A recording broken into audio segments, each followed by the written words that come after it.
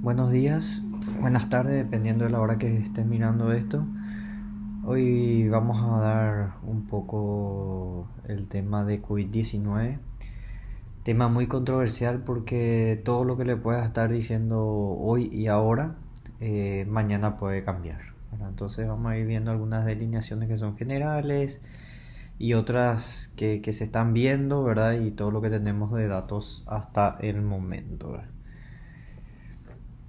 Vayamos un poquito con los antecedentes, ¿verdad? El coronavirus es una familia de ARN descubierta, ¿verdad? De la década del 60 hubieron varios episodios ya de coronavirus anteriormente, ¿verdad?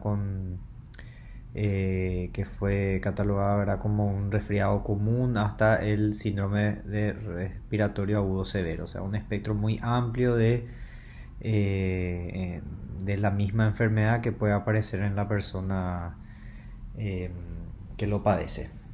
Afecta especialmente a las células epiteliales del tracto respiratorio y gastrointestinal, ahí es donde vienen los principales síntomas. Vamos a ver que son más bien respiratorios, pero que también se presentan con síntomas gastrointestinales, ¿verdad? Como son las diarreas. También como antecedente, ¿verdad? Tenemos el SARS-CoV, ¿verdad? O el SARS-CoV-1, que se diría que fue algo que apareció en el 2003, el cual dio un salto a los humanos a través de la transmisión de una especie de felinos, ¿verdad? Y tenemos también el MERS en el 2012, que también presentó, ¿verdad? Tanto estos dos fueron bastante contenidos, inclusive el MERS fue mucho, o sea, tenía una mortalidad altísima, pero fue bastante contenido en su momento.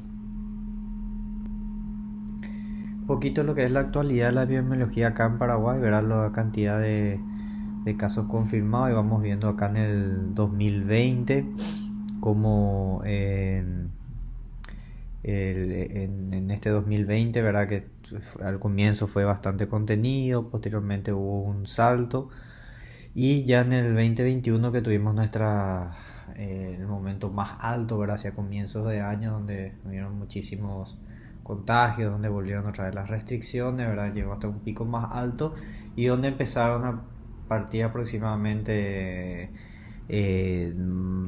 por acá más o menos los esquemas de vacunación que principalmente vino para el personal de blanco y posteriormente para el resto de la población, ¿verdad?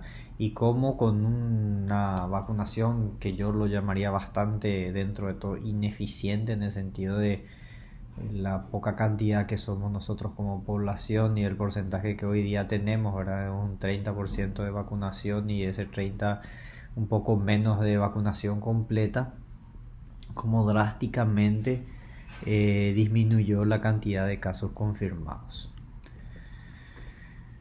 Eh, Acá vemos la curva de fallecidos, también según también los departamentos, vemos que Central, Asunción, ¿verdad? Son los lugares de mayor números de casos y también números de fallecidos, ¿verdad? Y también esto es algo importante de ver, ¿verdad? El grupo etario que más que más afectado está, ¿verdad? Por los fallecimientos, ¿verdad? Son las personas mayores, ¿verdad? Ya podemos tomar a partir de los 50, pero sobre todo a partir de los 60 años. Y llamativamente fue el grupo etario, los mayores de 60, de 65, ¿verdad? Los que menos se vacunaron, ¿verdad? Entonces, hoy día podríamos tener inclusive mortalidad cero, probablemente en algunos días, ¿verdad? Donde aparecen mayores de 60 que son los fallecidos y que no han sido vacunados. Y bueno, y gracias también a esta vacunación hoy día podemos decir que en nuestro país, prácticamente todo el país está en lo que se llama el nivel 1 de riesgo, ¿verdad? Que son la cantidad de casos que se da en las regiones, ¿verdad? Esto estaba más pintado de naranja y rojo, ¿verdad? Hacia comienzo de año y hoy tenemos este amarillo claro, ¿verdad? Que nos está diciendo que estamos en nivel 1 de riesgo de transmisión, hospitalización y muerte. El sistema operativo del COVID se trata por fases. Tenemos la fase de contención, donde tenemos alto riesgo de casos importados confirmados y o transmisión localizada. Esta fase de contención fue cuando empezó la pandemia, ¿verdad? En ese marzo donde se cerraron todas o sea, donde hubieron las restricciones muy importantes, ¿verdad? Y estrictas, ¿verdad? Y hoy día ya estamos en la fase de mitigación, ¿verdad? Donde hay una transmisión comunitaria sostenida y es donde lo que tenemos que tratar es de bajar los casos, ¿verdad? Con las vacunaciones y los medios de prevención. ¿Qué características clínicas tiene este virus? Bueno, tiene un periodo de incubación que va dentro de los 14 días, ¿verdad?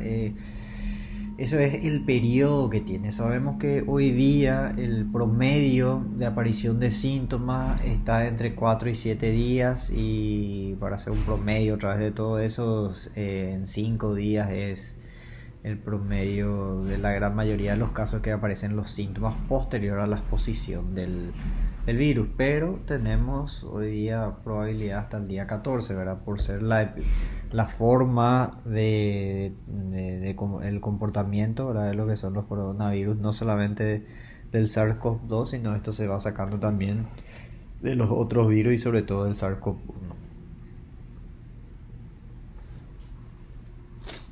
Dentro del espectro de gravedad, bueno, la gran mayoría de los casos de COVID en el mundo, estamos hablando, ¿verdad? Son asintomáticos, ¿verdad?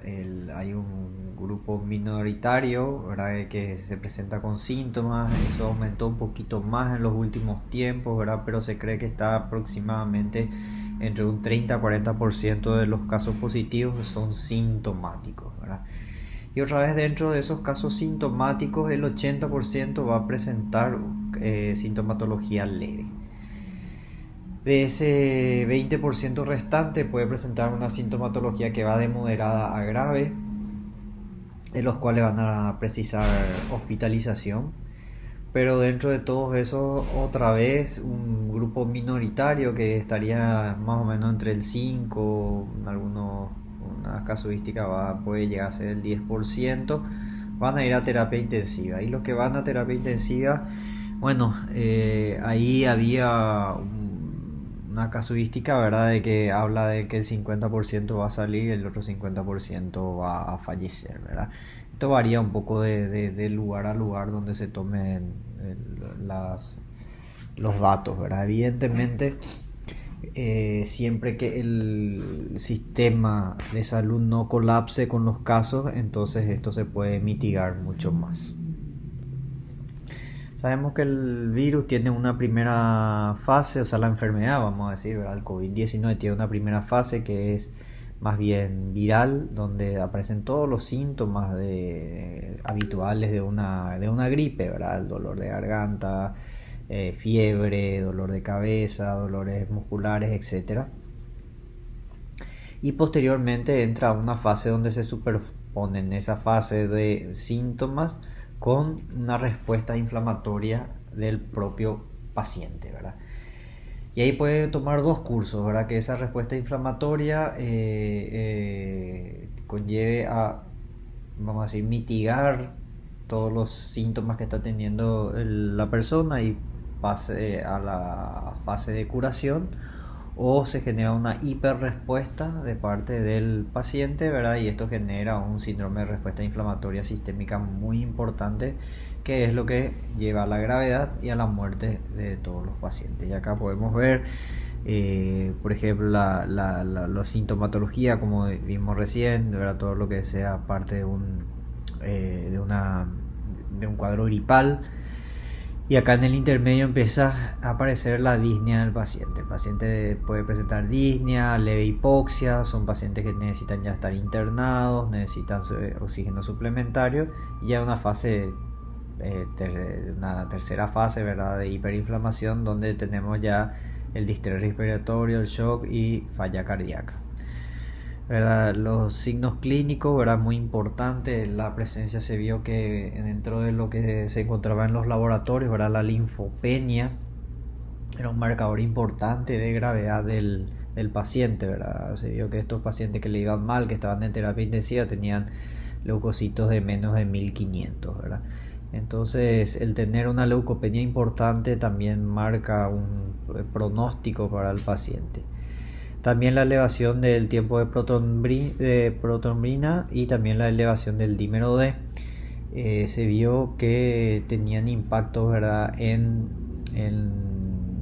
cómo le iría al paciente en esa internación. La LDH también y otros marcadores inflamatorios como la PCR, ¿verdad?, que también nos va a marcar inflamación. Y otras cosas que podemos dosar, que vamos a ir viendo después, ¿verdad?, que son, por ejemplo, la interleucina 6. Entonces en esta parte también vemos acá que podemos tener elevación también de las transaminasas hepáticas, también podemos tener elevaciones de enzimas cardíacas y también podemos, si es que pedimos la procalcitonina, generalmente debería de estar normal o baja, ¿verdad? Eso nos quiere decir, ¿verdad?, que probablemente esto no se trate de una enfermedad bacteriana. ¿Y por qué en esta parte normal y baja? Porque posteriormente en la fase de hiperinflamación y demás cosas también pueden aparecer los agregados de infecciones bacterianas, ¿verdad? Que muchas veces pasa eso con los pacientes, ¿verdad?, que están bien, están saliendo de la fase inflamatoria, ¿verdad?, están con buena evolución y de repente hacen un decaimiento, ¿verdad?, porque generan una coinfección bacteriana, ¿verdad?, que sobre todo suele ser intrahospitalaria. ¿Cómo hacemos el diagnóstico? Bueno, evidentemente el diagnóstico, primeramente tenemos las manifestaciones clínicas que tiene el paciente, ¿verdad? La fiebre en el 99% de los casos, por ahí se puede ver menos, ¿verdad? Eso depende de cada una de las de donde se saque los datos, ¿verdad? Estos datos que les estoy mostrando, ¿verdad?, son todos del up to date. Fatiga un 70%, tos seca 59%, anorexia 40%, mialgias 35%, disnea 31%, esputo 27%. Entonces es más o menos esto. También algo que es bastante, que puede aparecer en aproximadamente el 50-60% de los casos, ¿verdad?, es la anosmia, ¿verdad? Esta pérdida del olfato suele ser importante y muchas veces tiene dos cosas importantes sobre esto, ¿verdad? Que se vio que todos los pacientes que rápidamente pierden el olfato, o sea, prácticamente inclusive antes de que aparezcan los síntomas gripales, son las personas que más rápido se recuperan. Y otra cosa que hay que tener en cuenta, ¿verdad?, que hay personas que inclusive 3 meses a 4 meses posterior a la enfermedad seguían presentando esta falta de olfato, o por ahí recuperaron pero no totalmente, ¿verdad?, tanto falta de olfato como de gusto. Principalmente en toda la sintomatología suele ser la astenia, anosmia, fiebre alta, tos seca y dificultad para respirar, ¿verdad? Son los principales. A esto le podemos agregar evidentemente que muchas veces se ve, y sobre todo más en niños que en adultos, pero que se ve también en adultos, es los síntomas gastrointestinales como la diarrea. Los test diagnósticos que tenemos hoy día para hacer es el más conocido y popular es la RT-PCR, o sea, la reacción de cadena de polimerasa, ahora que tiene un coste más elevado, pero es el más certero. Tiene una posibilidad de falsos negativos que rondan aproximadamente en el 30%, un poquito entre el 30 y 40% al quinto día, y eso se reduce entre el 20 y 30% al octavo día. Es por eso que idealmente se pide hacer la PCR recién al quinto día de enfermedad. Por supuesto se puede hacer antes, pero si da negativo y los síntomas son consistentes todavía, no podemos descartar que tengan la enfermedad. Si da uno negativo, se recomienda repetir el test de PCR dentro de las 24 a 48 horas, no antes de las 24 horas. También hoy día tenemos el antígeno, perdón, ahí está mal escrito, ¿verdad?, pero tiene que ser el antígeno, ¿verdad?, que detecta partículas de este virus. Idealmente, ¿verdad?, se puede utilizar los primeros días, que es donde generalmente puede dar positivo, hasta el día 8, ¿verdad? Pasando eso ya el antígeno pierde su efectividad, pero tiene mucha relevancia sobre todo en los primeros días. No obstante, un test de antígeno negativo no me descarta la enfermedad. Si el paciente está con síntomas, Entonces, y el antígeno da negativo, yo todavía no puedo descartar la enfermedad. Entonces es muy relativo el momento y cuándo utilizar cada uno de estos test, ¿verdad? Generalmente hoy con la vacunación, anteriormente uno tenía un contacto y se hacía el test, ¿verdad? Se hacía el test asintomático, ¿verdad? El PCR evidentemente, para ver si es que se contagió o no, ¿verdad? Hoy día ya no se hace más eso, ¿verdad?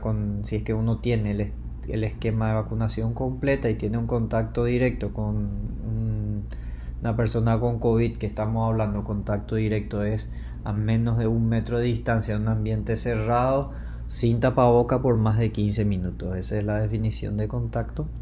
Si es que tenemos ese contacto, pero estamos vacunados con las dosis completas de las vacunas, o en el caso de la Johnson Johnson o la Janssen, una sola dosis, pasando los 10 días de la última dosis, entonces no es necesario hacer el aislamiento ni tampoco hacer un test de control. Más bien, si tenemos síntomas, ahí sí empezamos todo el tema de hacer los test. Para Asunción y área metropolitana, caso sospechoso de COVID-19 toda persona con síntomas respiratorios, tos o dolor de garganta o dificultad para respirar acompañado de fiebre, medida o referida, y antecedentes de viaje a país o que esté con casos confirmados de COVID-19. Y caso sospechoso es toda persona de la misma manera que haya estado en contacto con un caso confirmado de COVID-19. Son los dos casos, ¿verdad?, que podemos tomar como sospechosos, o sea, los síntomas con un nexo epidemiológico o los síntomas con un contacto.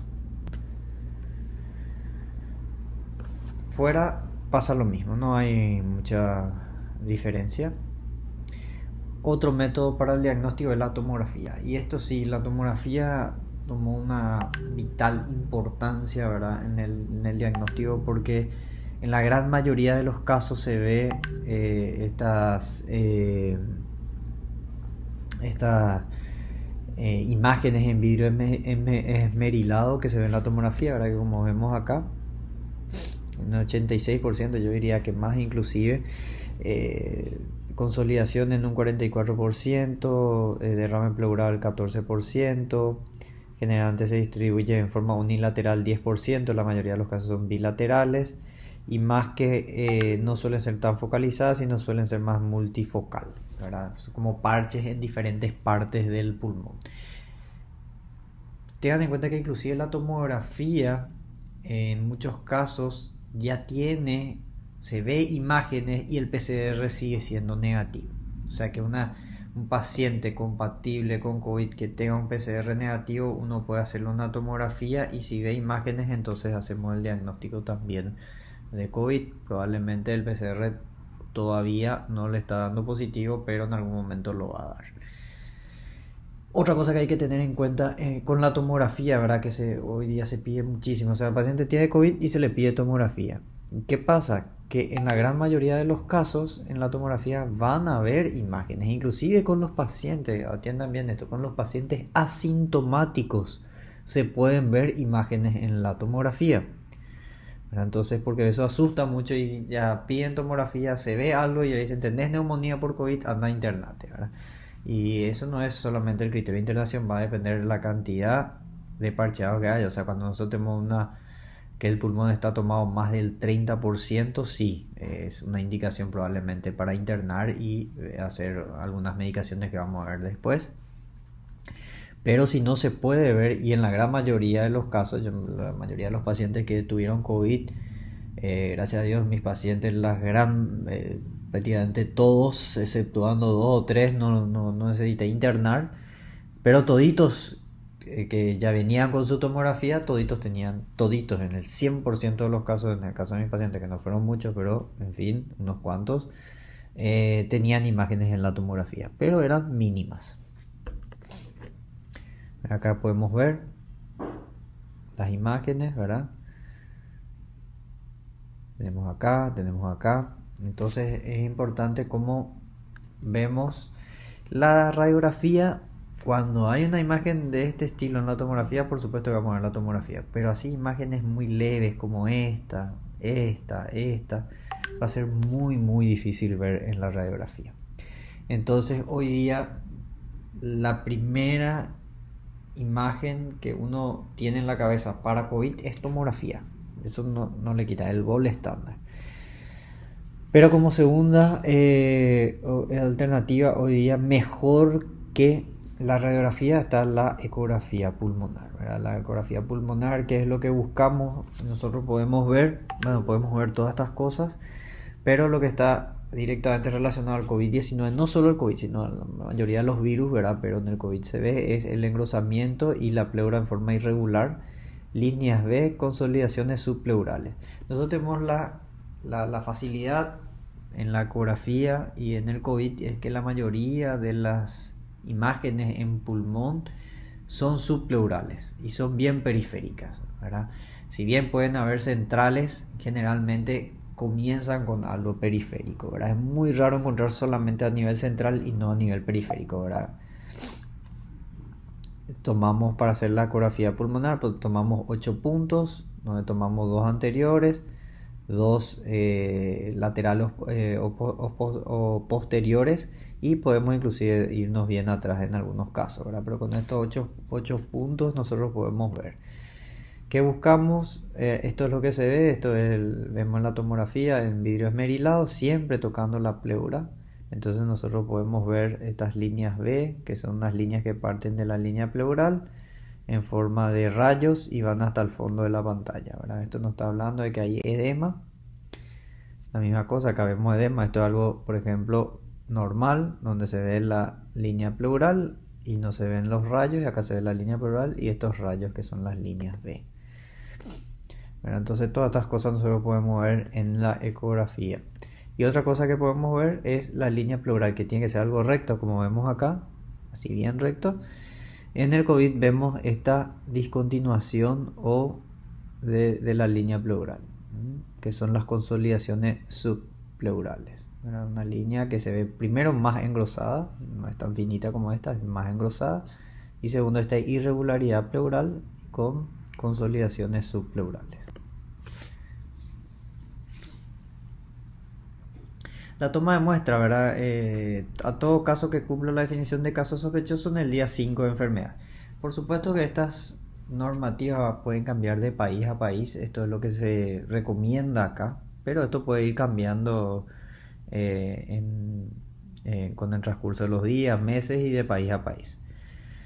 Un caso de Irak en UCI, ¿verdad? Con cuadro clínico compatible, verificar los criterios clínicos, laboratoriales de imágenes, todo fallecido sospechoso de COVID dentro de las 4 horas post-mortem. En todos estos casos vamos a tomar la muestra, ¿verdad? Porque son para PCR.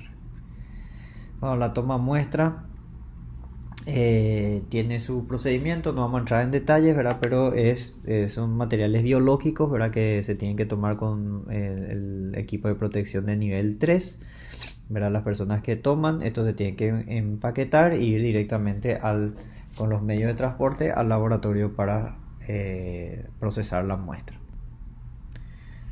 ¿Qué tenemos de prevención? Bueno, nosotros con la prevención lo que queremos hacer es que no ocurra esto que vemos acá, ¿verdad?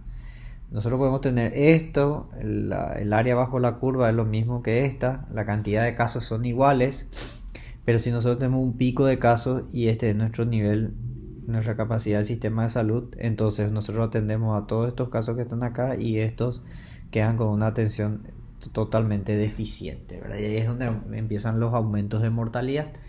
No porque el virus sea más mortal, sigue siendo igual de fatal, vamos a decir, no mortal, igual de fatal, la fatalidad sigue siendo la misma, pero el sistema de salud no le da para poder atender a todos los pacientes, y sobre todo en la unidad de cuidados intensivos. En cambio, si nosotros aplanamos la curva, entonces podemos hacer que el sistema pueda absorber todos los casos, que es lo que se está dando hoy día en nuestro país. Sigue siendo el lavado correcto de manos una de las maneras más importantes de prevenir no solamente el COVID, sino todas las enfermedades que uno puede adquirir, y nosotros como médicos en en los hospitales, ¿verdad? Y no solamente hablar en forma general, sino también en la terapia intensiva, sino disminuir los gérmenes multiresistentes. El lavado de manos es fundamental antes de entrar, antes de tocar al paciente y luego de tocar al paciente, luego salir del sistema hospitalario, ¿verdad? Hoy día prácticamente todos tienen por lo menos un alcohol en gel, pero sería bueno siempre lavarse las manos primero y luego utilizar el alcohol en gel. ¿Cuándo usar mascarilla? Bueno, si usted está sano, solo necesita llevar mascarilla si atiende a alguien en quien se sospecha una infección por el COVID-19. Lleve también mascarilla si tiene tos o estornudo. Las mascarillas solo son eficaces si se combina con el lavado frecuente de manos. Si necesita llevar una mascarilla, aprenda a usarla y eliminarla correctamente, ¿verdad? Antes de ponerse una mascarilla, lavarse las manos, ¿verdad? Con desinfectante, alcohol o jabón, cúbrase la boca y la nariz. Con la mascarilla asegúrese que no haya espacio entre la cara y la máscara. Evite tocar la mascarilla que se usa. O sea, siempre yo veo gente que se pone la máscara y después se está acomodando otra vez con la mano. Se puede hacer eso, pero hay que lavarse las manos antes y luego de tocar. Entonces ahí disminuimos los riesgos de usar. Si la mascarilla está rota o está un poco húmeda o se mojó, lo que sea, eso hay que desechar y poner una nueva siempre. Y al utilizar, dependiendo del tipo de las mascarillas quirúrgicas, generalmente una vez que utilizamos ya lo tenemos que tirar. Las N95 se podrían utilizar varias veces, ¿verdad? Inclusive en un tiempo donde había una escasez, se decía para usar por 7 días. Generalmente en los hospitales, estamos hablando inclusive en Estados Unidos, le daban al médico le daban 7 N95. ¿Por qué? Para usar uno cada día de la semana. O sea, yo usaba la mascarilla el lunes, usaba y guardaba en un material, en un sobre de papel totalmente cerrado para evitar la humedad y lo dejaba ahí y utilizaba el lunes siguiente. Porque eso hacía que al tercer día aproximadamente ya el virus no estaba presente en esa mascarilla. Entonces podrías volver a utilizar. Y así lo usaban por un mes y ahí recién rotaban.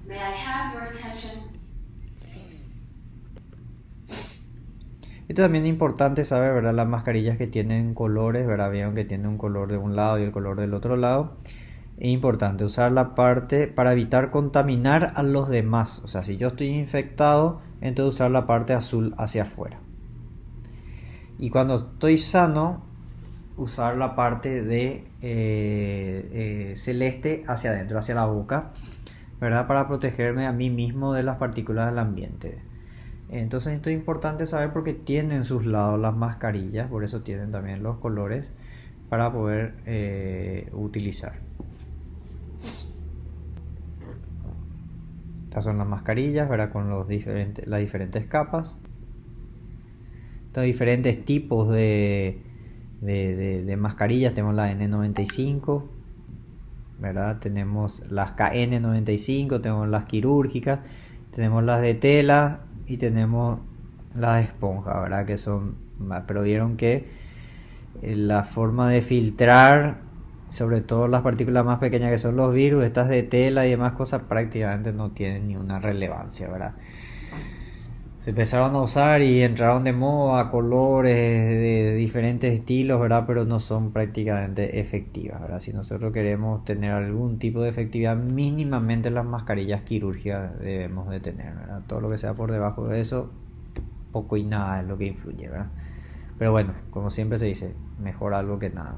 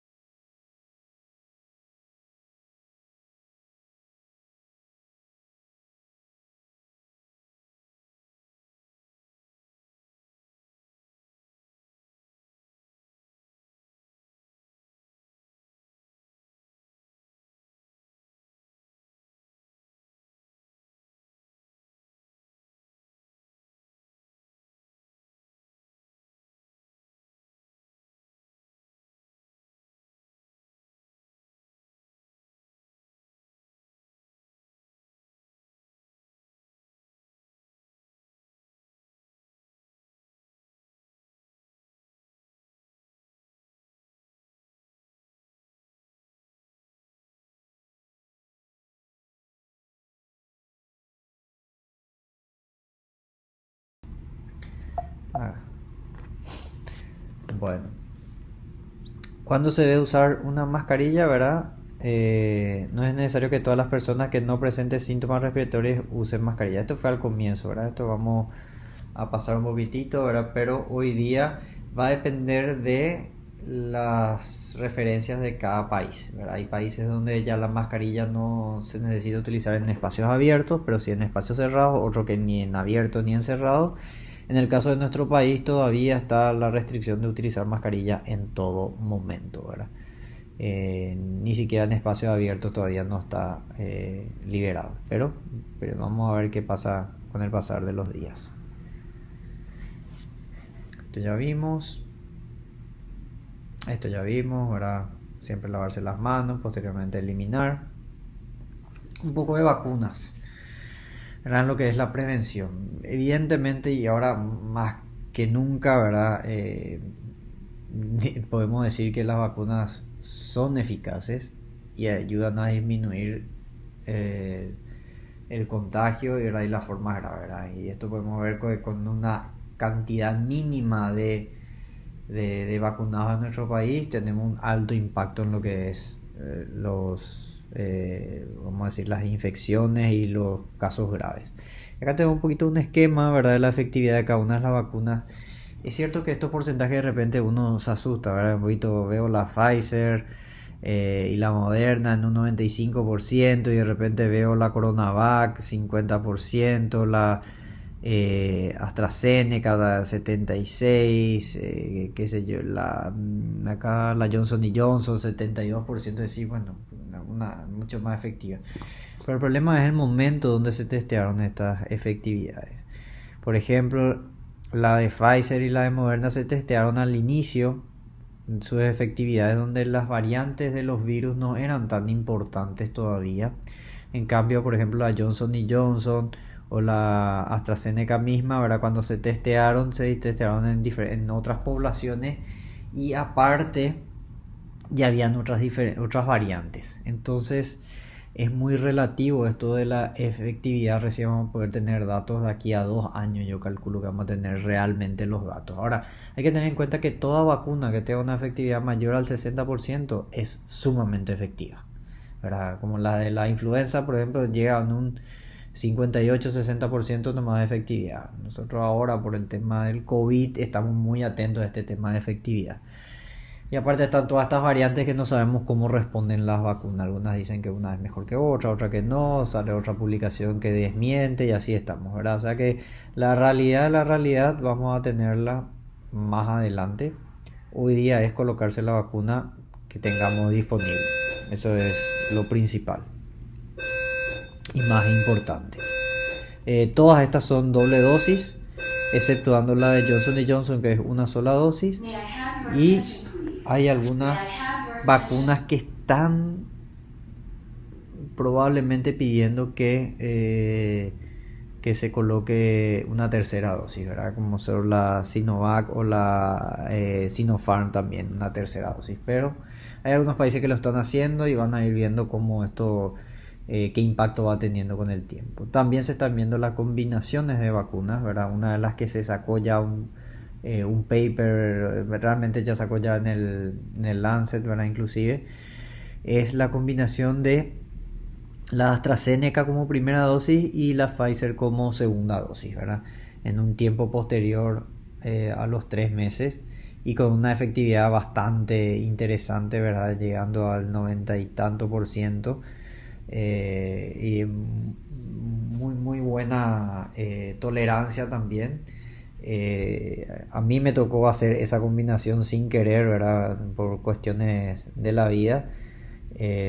No sé qué tal mi inmunidad porque jamás me testé. Eso me parece también un poco absurdo, testearte la inmunidad, porque no importa los valores que aparezcan.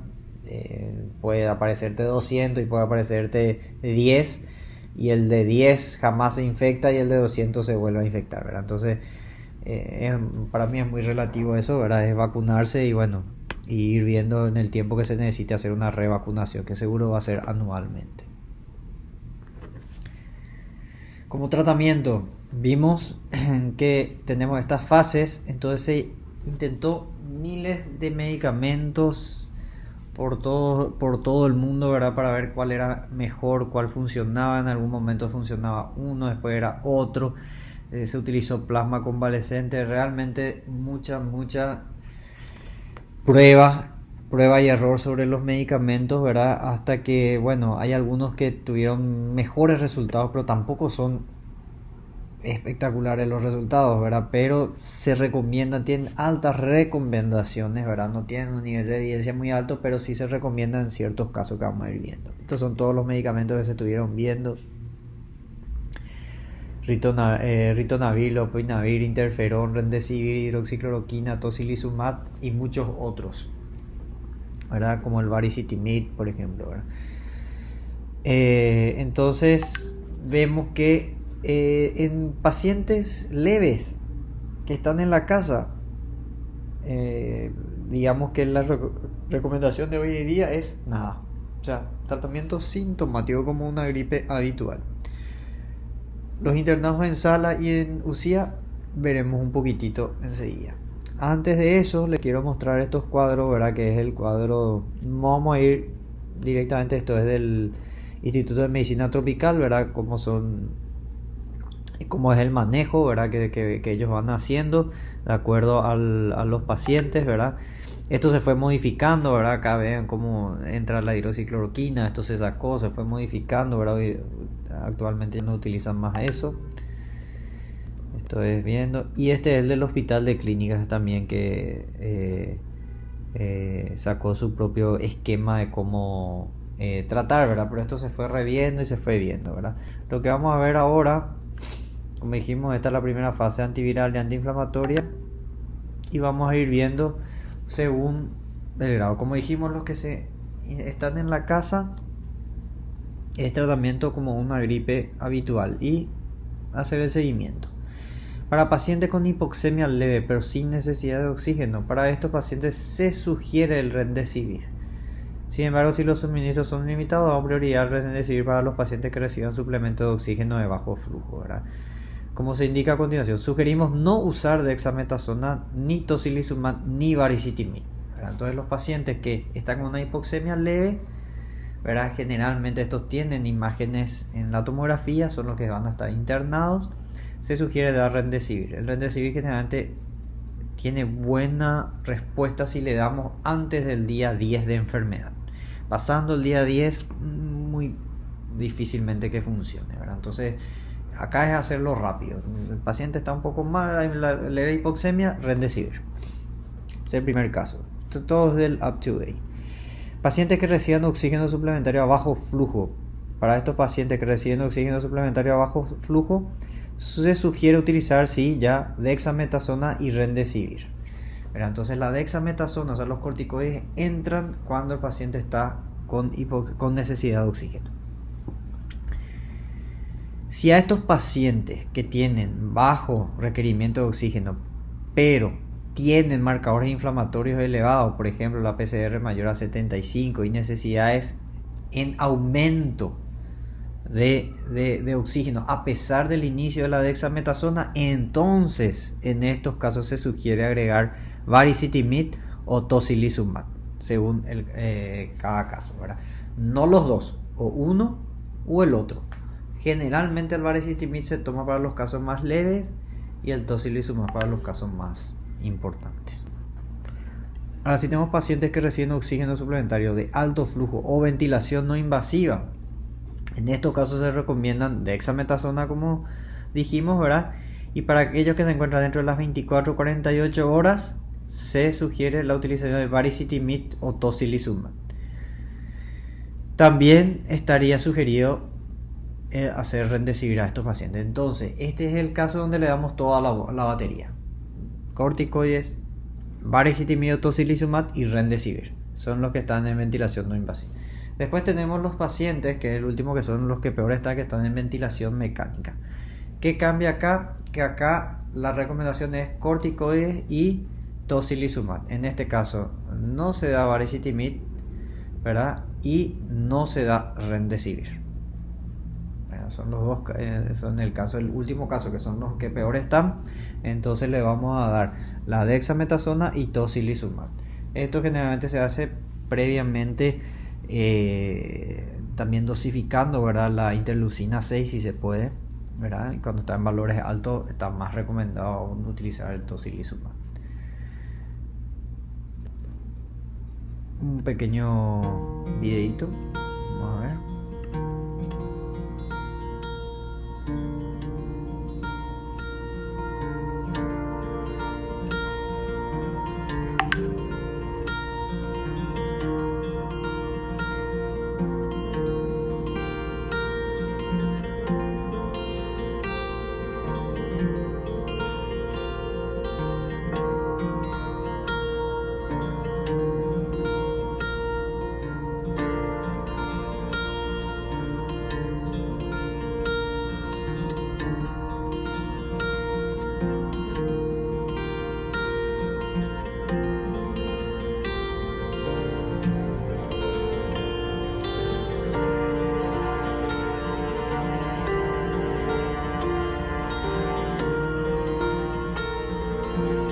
Evidentemente esto de la vacuna ya fue anteriormente, ¿verdad? Pero los otros datos sí.